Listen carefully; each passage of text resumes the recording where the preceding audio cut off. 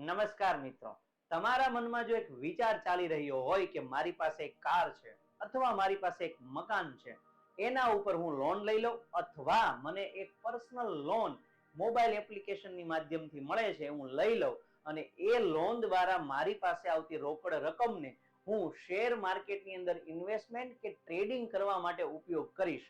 જો આવો વિચાર તમે કરી રહ્યા હોય તો તમારા માટે આ વિડીયો ખૂબ જ અગત્યનો રહેવાનો છે, કારણ કે આપણે આમાં આ સવાલ ઉપર જ બે જવાબ મેળવવાના છીએ.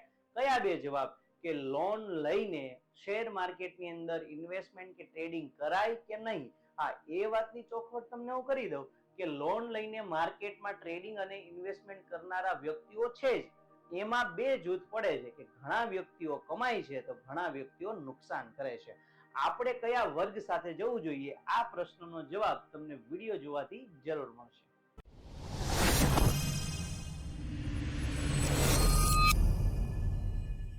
નમસ્કાર, હું છું Bhavesh Gondaliya. Stocks hub YouTube ચેનલની અંદર આપ સૌનું હાર્દિક સ્વાગત છે. આ વિડીયોની અંદર આપણે અહીંયા લખેલા પ્રશ્નના જવાબ ઉપર ડિસ્કસ કરવાના છીએ.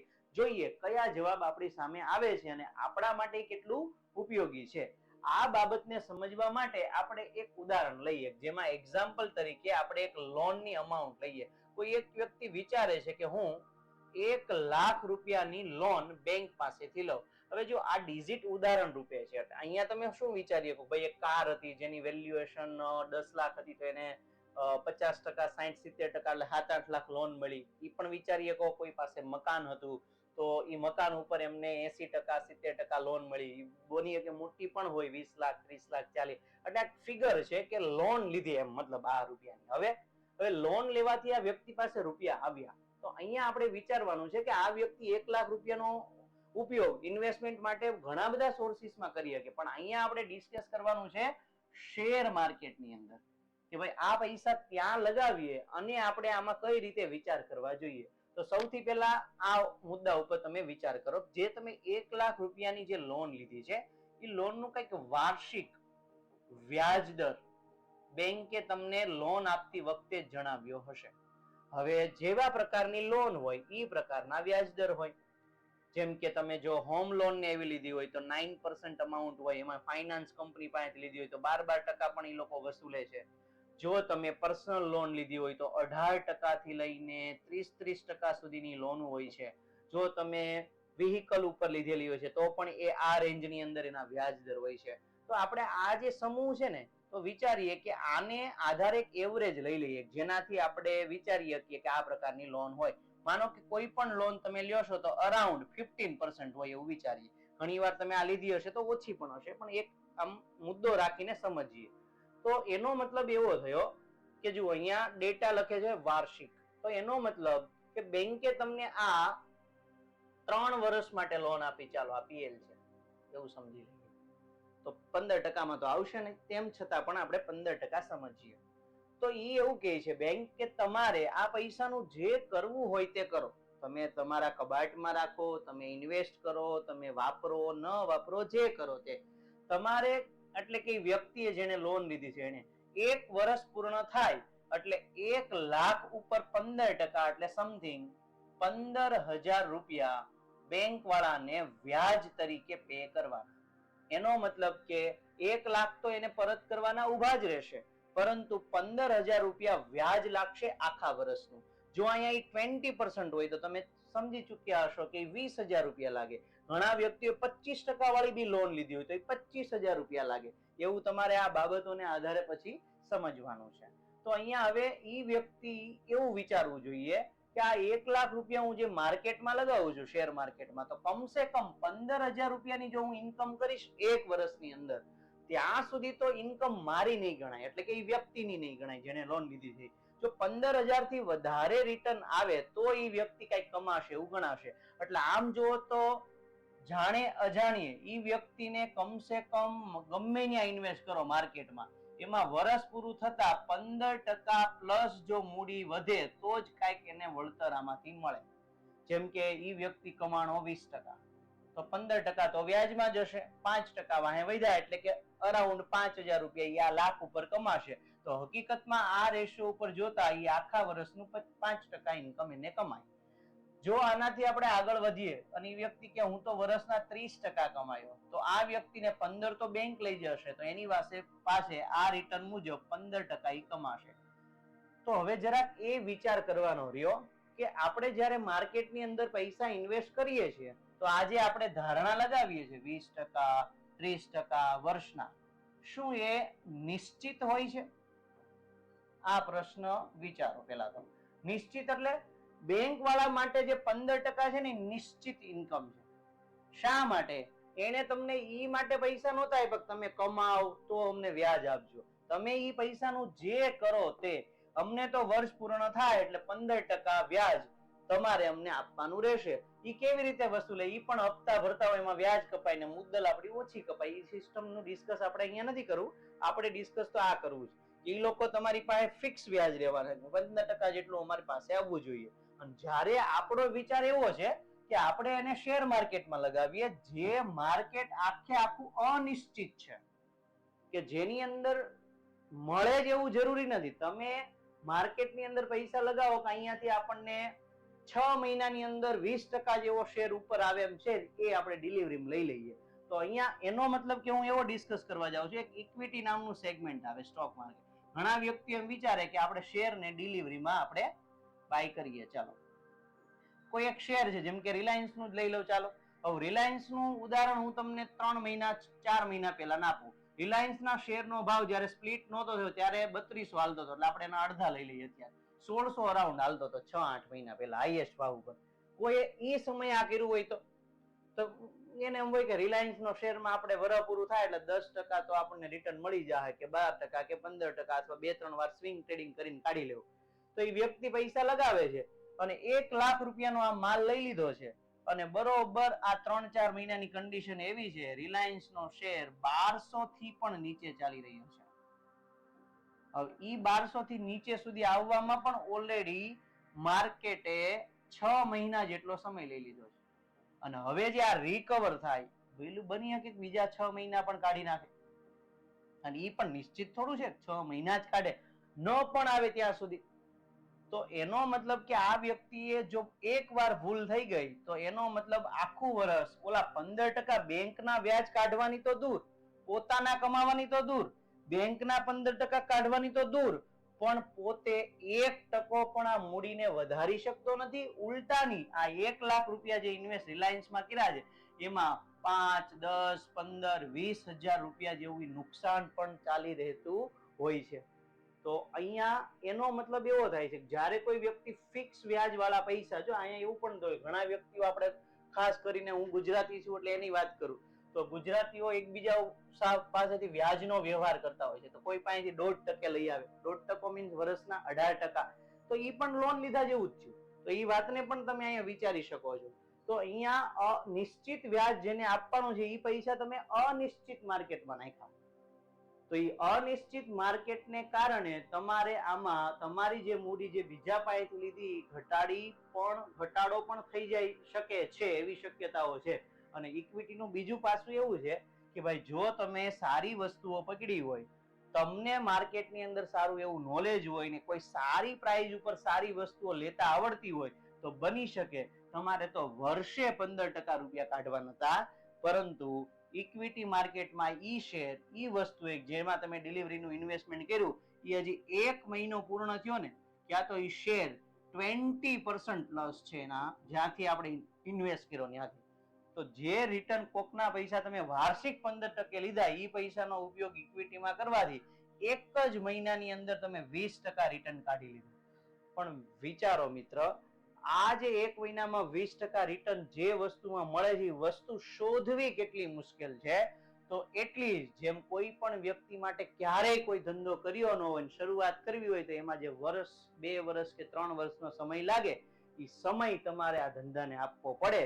તો અહીંયા વાત મારે ઈ કરવી છે, જે વ્યક્તિ હજી શરૂઆત કરી હોય અથવા તો એને માર્કેટની ખબર પણ ના હોય અને એ માર્કેટના કોઈ પણ રૂલ્સ રેગ્યુલેશન, સિદ્ધાંતો, fund management, risk management, market psychology, માર્કેટના સેગમેન્ટ કે આવા કેટલાય પ્રશ્નો છે એ ન જાણતા હોય, તો એ વ્યક્તિઓએ આ વિચાર કરવો જોઈએ નહીં.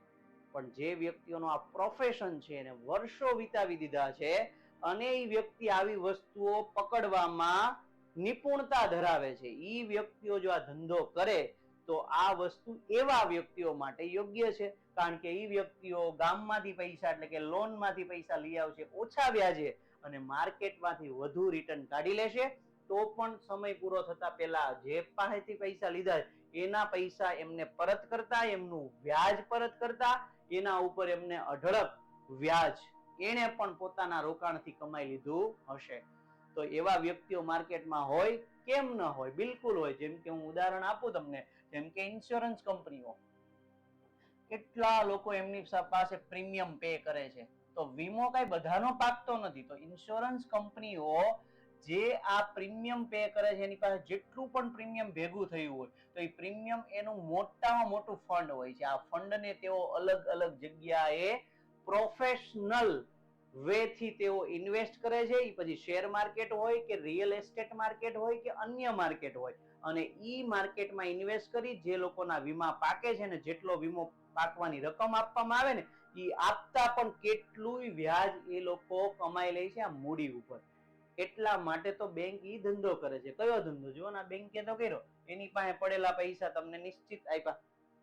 તો એ લોકોને નથી આવડતું, પણ એ લોકોનું જે પ્રોફેશનલિઝમ હોય એનો એક આ પાર્ટ હોય કે અમુક રકમ નિશ્ચિત વ્યાજમાં આપવી અને બાકીની આટલી જ રકમ અહીંયા લગાવી. આવા બધા વેલ્થ મેનેજમેન્ટના નિયમો આવે તમારે સમજવા ખૂબ જરૂરી છે, અને લાંબા સમયને અંતે જ સમજી શકાય પછી આ બધી વસ્તુઓ યોગ્ય છે. પણ અહીંયા સૌથી ગંભીર મુદ્દો મારે ખાસ કરીને ગુજરાતીઓ માટે અને આવા જો અન્ય લોકો પણ હોય તો એના માટે હવે ડિસ્કસ કરવો છે.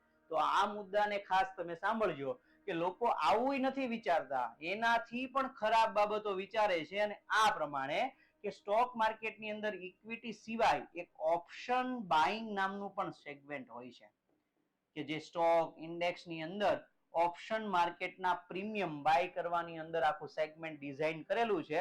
હવે આનો રૂલ્સ એવો છે કે આમાં તમે કોઈ પણ પ્રીમિયમ બાય કરો, જો તમે સાચા નહીં પડો તો સમય જતા એ બાય કરેલું 100 વાળું, 200 વાળું, 500 વાળું કે ગમે એટલા વાળું હોય, જો તમારે વિચારથી તમારા વેથી ઊંધું માર્કેટ હાલે છે તો એ પૂરેપૂરું પ્રીમિયમ સમય જતા ઝીરો થઈ શકે છે.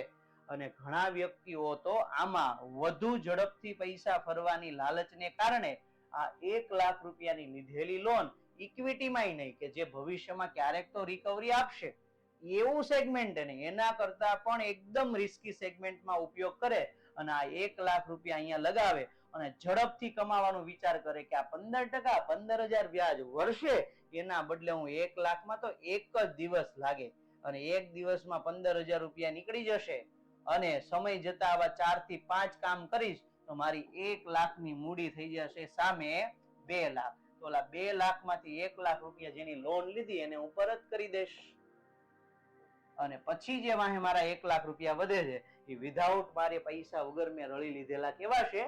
આવો એક કાલ્પનિક વિચારી લોન લેતા કરે છે જેની અંદર કોઈ વાસ્તવિકતા નથી. હજી એ એવું વિચારે છે. પણ યાદ રાખો, જે લોકો ઓપ્શન બાઇંગ માટે જે આવી લોન ને એવું લે છે અને ઈ પાછા નવા હોય તો બિલકુલ આ વિડીયોના માધ્યમથી એવા વ્યક્તિઓને સલાહ છે કે ક્યારેય તમારે આવા ફિક્સ રિટર્ન, ફિક્સ વ્યાજ જે તમારે કોઈકને આપવાનું છે એવું આ તો થોડું કે વ્યાજબી છે, આ તો બિલકુલ અનિશ્ચિત છે કે આની અંદર કઈ ઘટના સંભવિત છે એ તમે કહી શકતા નથી. તો આવા સેગમેન્ટની અંદર તમારે લોનથી લીધેલા પૈસાઓ અથવા તો કોઈને ફિક્સ વ્યાજ આપવાનું છે એવા પૈસાઓને આવા હાઈલી રિસ્ક સેગમેન્ટની અંદર ઇન્વેસ્ટ કરવા ન જોઈએ.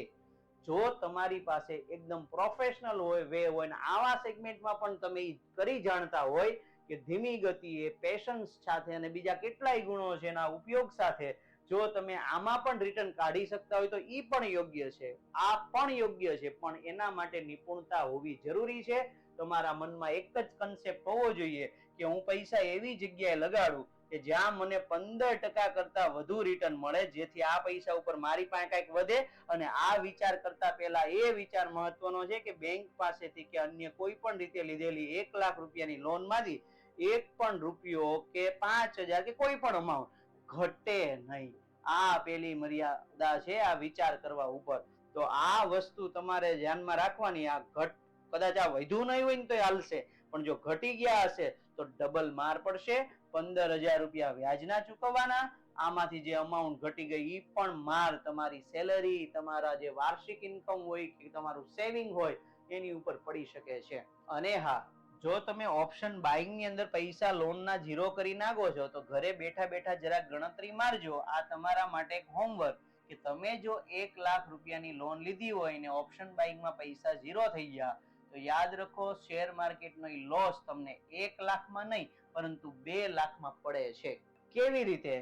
તો 1 લાખ રૂપિયા તો આપણે બેંક વાળા પાસે લીધા, ઝીરો થઈ ગયા. હજી 1 લાખ રૂપિયા આપણે કમાઈને બેંક વાળાને ભરીશું તો 1 લાખ ઈ ને 1 લાખ ઝીરો થઈ ગયા. ટોટલ આપણે 2 લાખ અને ઉપરાંત બેંક વાળા જે 3 વર્ષનું 15 એટલે 45,000 રૂપિયા વ્યાજ લેશે એ અલગ. તો 1 લાખની લોન 3 વર્ષે તમને 2.5 લાખમાં પડે છે. નકર તો 1.5 લાખમાં જ પડે વ્યાજ હારે. પણ તમે જે ઓલા 1 લાખ રૂપિયા હતા ઝીરો કરી દીધા એટલે 1.5 ની હારે બીજો 1 લાખ 2.5 લાખે પડે છે. તો એકદમ સિરિયસ અને ગંભીર વાત છે. આને જરૂર ધ્યાનમાં રાખવી જોઈએ. વિધાઉટ કોઈ પ્રોપર નોલેજ વગર આનો જવાબ છે ના, આવું કરાય નહીં. એમાંય ખાસ કરીને એટલે અહીંયા એક ગંભીર મુદ્દો આમાં ધ્યાનમાં રાખો કે ઓપ્શન બાઇંગ છે એ તમારા પૈસાઓને કે લોનમાં લીધેલા પૈસાઓને દિવસોની અંદર પણ ઝીરો કરી શકે, કારણ કે એના નિયમો એવા છે. જો તમે ઓપ્શન બાઇંગ કે ઇક્વિટીના આ બધા પરિબળોથી જો અવગત ન હોય તો પ્લે સ્ટોર ઉપરથી સ્ટોક્સઅપ એપ ડાઉનલોડ કરી લેજો. એની અંદર આવી જ રીતે આખું જે અત્યારે સમજાવું છું એને બહુ ડીપમાં અને કઈ રીતે ઝીરો નોલેજ આપણી પાસે હોય ને એકદમ માસ્ટર એડવાન્ટેજ લેવલ સુધી પહોંચવું હોય તમારે, એમાં કઈ રીતે શેર માર્કેટને જોવું જોઈએ, સમજવું જોઈએ, આપણી પાસે પૈસો ક્યાં કેવી રીતે ઉપયોગ કરવો જોઈએ અને કેવી રીતે આપણે ઇન્કમ કરવી જોઈએ, બધી વસ્તુ એ કોર્સની અંદર સમજાવેલી છે. કોર્સનું નામ છે માર્કેટ ગુરુ 2.0, જેની અંદર A to Z માર્કેટ શીખવાડેલું છે. એ ઓપ્શન હોય, બાઇંગ હોય, સેલિંગ હોય, હેજિંગ હોય, ફ્યુચર બાઇંગ, સેલિંગ, હેજિંગ હોય, ઇક્વિટીને ડિલિવરીમાં હોય, સ્વિંગ ટ્રેડિંગ હોય, ઇન્ડેક્સનું ફ્યુચર ઓપ્શન ટ્રેડિંગ હોય, મ્યુચ્યુઅલ ફંડ હોય, એસઆઈ, કોઈ પણ ઝીરો નોલેજ થી લઈને એડવાન્સ સુધીનું બધું નોલેજ છે. અહીંયા તમને બાજુમાં જે વિડીયો દેખાઈ રહ્યો છે એમાં કહ્યું છે કઈ એપ્લિકેશન કેવી રીતે ડાઉનલોડ કરવી. એકવાર ડાઉનલોડ કરો, ખાલી કોર્સ જોશો ને, નામ વાંચશો, ટાઇટલ, તો એમ થઈ જાય કેટલું બધું આવે છે. આ બધો અભ્યાસ કરવો જરૂરી છે. અને એ અભ્યાસ કરવાથી આવું આવડે એવી વાત નહીં સમજતા, એ અભ્યાસ કરવાથી આવું નોલેજ આવે કે જે સવાલ લખ્યો હતો ને કે આવું કરાય કે ન કરાય, કરવું હોય તો કેવી રીતે કરાય, આ બધી વસ્તુઓનો વે એની અંદર છુપાયેલો છે, જે તમને એકદમ નાનો બાળક જેમ એકડો શીખે અને માસ્ટર ક્લાસ સુધી ભણે કોલેજ ને એવું એવા વેમાં શેર માર્કેટ શીખવાડેલું છે. તો એ જરૂર તમને શેર માર્કેટમાં આગળ વધવામાં મદદ કરી શકે છે. તો અહીંયા વાત આપણે એ ઉઠાવી હતી કે લોન લઈને પૈસાઓ ઇન્વેસ્ટ કરવા જોઈએ કે નહીં શેર માર્કેટની અંદર. તો કદાચ તમારી પાસે હજુ પણ બે જ જવાબો હશે, પણ નક્કી હવે તમારે કરવાનું છે કે સિલેક્ટ કયો જવાબ કરવો. લોન લઈને પૈસા શેર માર્કેટમાં ઇન્વેસ્ટ કરાય કે ન કરાય.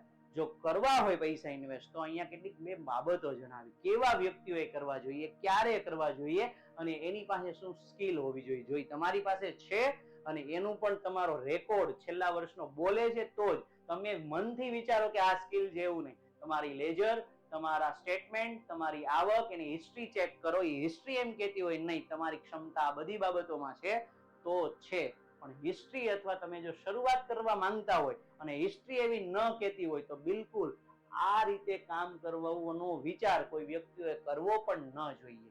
કારણ કે દેવાનું છે ફિક્સ વ્યાજ, મેળવવાનું છે અનિશ્ચિત વાતાવરણમાંથી ઇન્કમ. બે ક્રોસઓવર છે જે ભેગું થતું નથી. તો જરૂર તમને આ વિડીયો કંઈક ને કંઈક મદદરૂપ થયો હશે અને સમાજની અંદર આવા ઘણા યુવાનો, ઘણા વ્યક્તિઓ હોય છે કે આવી ભૂલો કરી નાખતા હોય છે. તો એ વ્યક્તિઓ ભૂલો ન કરે, એના લાખો રૂપિયા બચી જાય. એટલે જરૂર તમે એવા વ્યક્તિ સુધી આ વિડીયો પહોંચાડજો. વિડીયો એ જોશે તો કદાચ એ ખોટા વે, ખોટી બાબતોમાં ચડવાનો વિચાર કરતા હશે ને કદાચ આ વિડીયો જોવાથી અટકી જાય તો એમના 5,000, 10,000, લાખ, 2 લાખ રૂપિયા બચી જાય. એમને અને એના પરિવારને જરૂર આ વિડીયોથી રાહત મળશે. તો તમને પણ વિડીયો ગમ્યો હશે એમ બીજાને પણ ગમશે. અને આવા જ અવનવા વિડીયો અને શેર માર્કેટની માહિતી જોતી હોય તો સ્ટોક્સઅપ યુટ્યુબ ચેનલને સબસ્ક્રાઇબ કરવાનું ભૂલતા નહીં. અને સાથે નોટિફિકેશન બટન આપેલું હશે, ઓન કરી દેશો તો બધા જ વિડીયોની માહિતી તમને પ્રથમ મળશે. તો ફરી એકવાર મળીશું નવા વિડીયો, નવા કન્ટેન્ટ સાથે. Thank you.